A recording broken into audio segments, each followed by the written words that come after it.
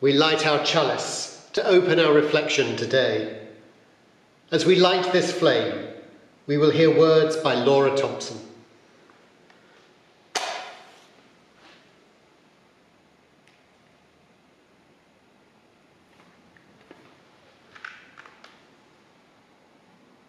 Across the distance, the light from within me shines, sending love to all. Across the distance, your light is fuel that warms me and helps to keep my own light burning.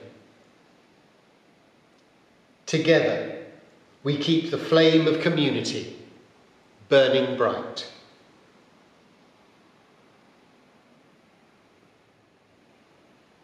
Welcome to this, our 8th Midweek Reflection, here at the closed Seven Oaks Unitarian Meeting House at this time of the COVID-19 crisis. We meet virtually, taking time away from our routine to stop, to turn our reflection inwards, to connect with each other and with our deeper selves.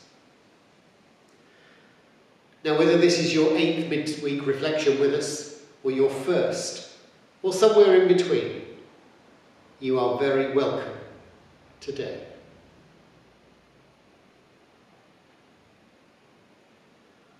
Now, we gather this week at a time of uncertainty.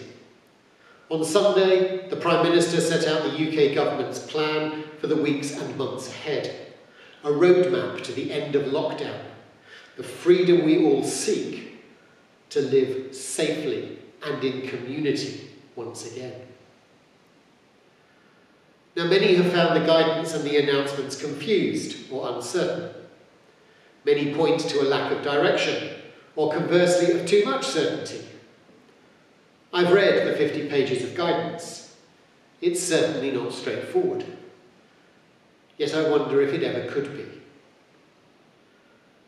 Whatever your political stance, and the rights and wrongs of actions taken so far or not taken, there can be no doubt that this will always have been a difficult and uncertain time for all. The guidance is based on a bewildering set of possible outcomes, none of which can be reasonably predicted with any certainty. And we like certainty, or at least we think we like certainty. We want answers. Perhaps. The Unitarians have been long opposed to being given the answer to anything. For centuries, Unitarians have fought the notion that an outside body, a central governance system, or a spiritual founder would be able to provide all the answers. Instead, we've relied on our own conscience and reason to help determine the way forward, taking on board the parts that work, taking on board the evidence, rejecting the ones that don't, and seeking to find a common good in a communal approach to life and worth. Now, Palfrey Perkins, the former minister to the Unitarian King's Chapel in Boston, he once said, "Faith is not an abstraction, but a way of living." Faith is not an abstraction, but a way of living.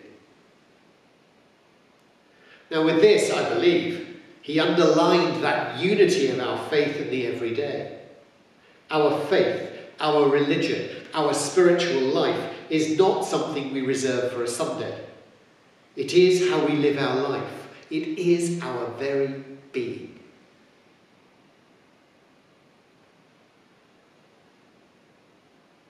Now, living our lives through our faith is a strong calling, and not always so easy. Yet it can, I hope, help us to discern the right actions to take, the right responses to make, the right approaches to the unknown. I do not want for one moment suggest that the struggles with knowing the right or wrong thing to do in the current crisis is easy. However, I do know it will be different in some way for each and every one of us. Just as our Unitarian faith reminds us that we find our own path and our own truths, our everyday living is also a reflection on this paradox of oneness of community and of individuality.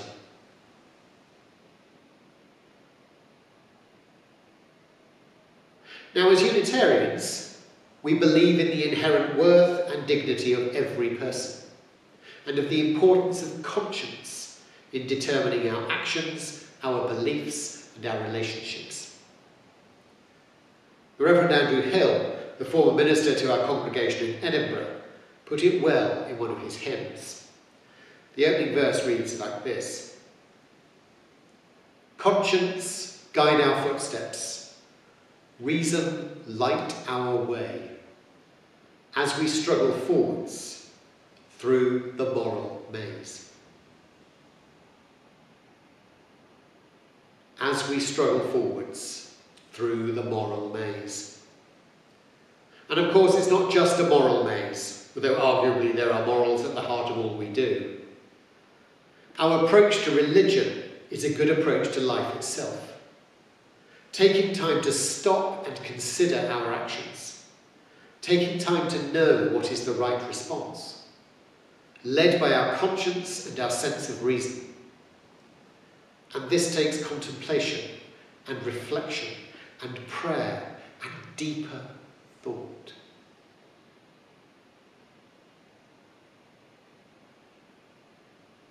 COVID-19 presents a challenge to all of us. It affects our daily lives.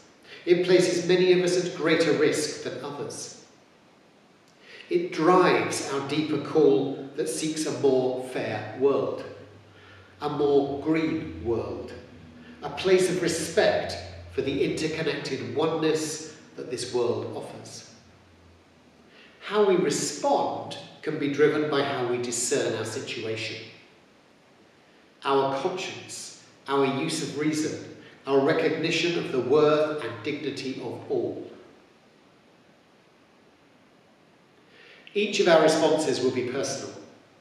We are individuals with different needs and different approaches.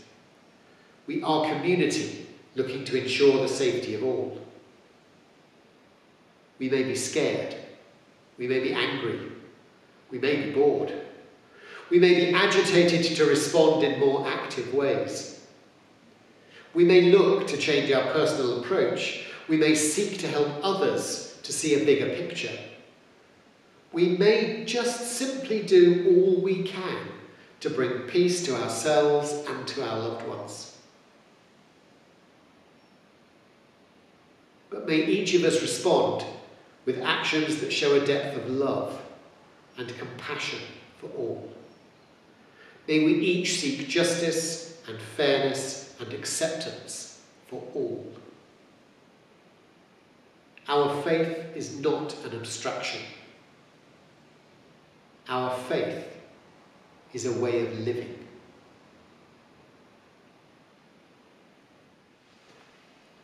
Let us come together now in quiet and in stillness, becoming aware of our surroundings, feeling our connection to the place we sit, its connection to the wider world. As we relax our bodies, perhaps closing our eyes, focusing on our breath.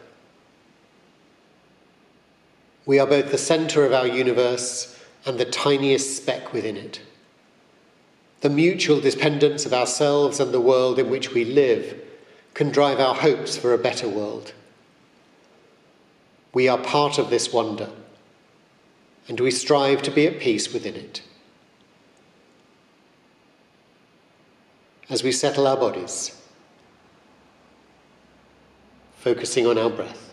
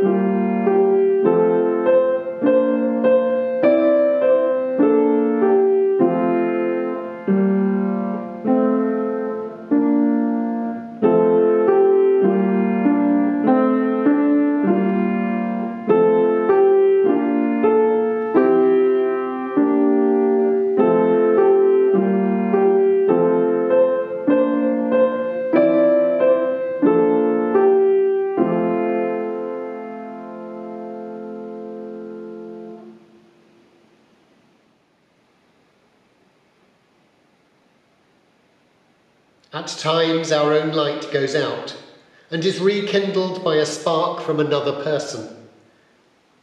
Each of us has cause to think with deep gratitude of those who have lighted the flame within us.